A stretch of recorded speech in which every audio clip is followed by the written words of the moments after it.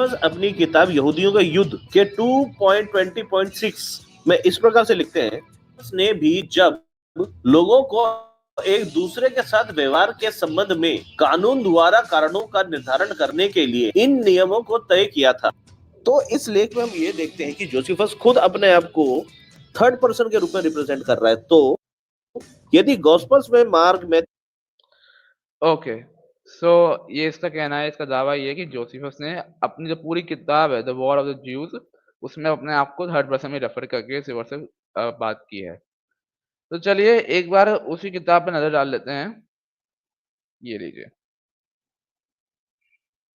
ये रही वो किताब जिसको इस बंदे ने कोट किया अपनी वीडियो में, the war of the Jews और history of the destruction of Jerusalem by Flavius Josephus. ये मेरे पास ऑनलाइन फॉर्म अवेलेबल है। तो एक बार आप ये देख लीजिए, इस बुक का जो प्रीफेस है, एक बार ये देख लेते हैं, उस पे नजर डाल लेते हैं। I have proposed to myself, for the sake of such as live under the government of the Romans, to translate those books into the Greek tongue, which I formally composed in the language of our country and sent to the upper barbarians. Joseph, Joseph, the son of Matthias, by birth a Hebrew, a priest also, and one who at first fought against the Romans myself, was forced to be present at what was done afterwards. Am the author of this work.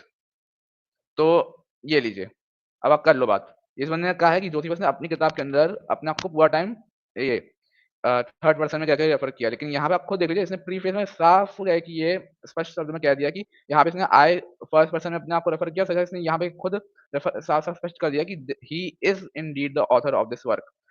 Unlike the gospel author जिन्होंने है कि अपने आप अपना नाम लिखा ही नहीं है अपनी किताब की शुरुआत में, अपने किताब के इंट्रोडक्शन में।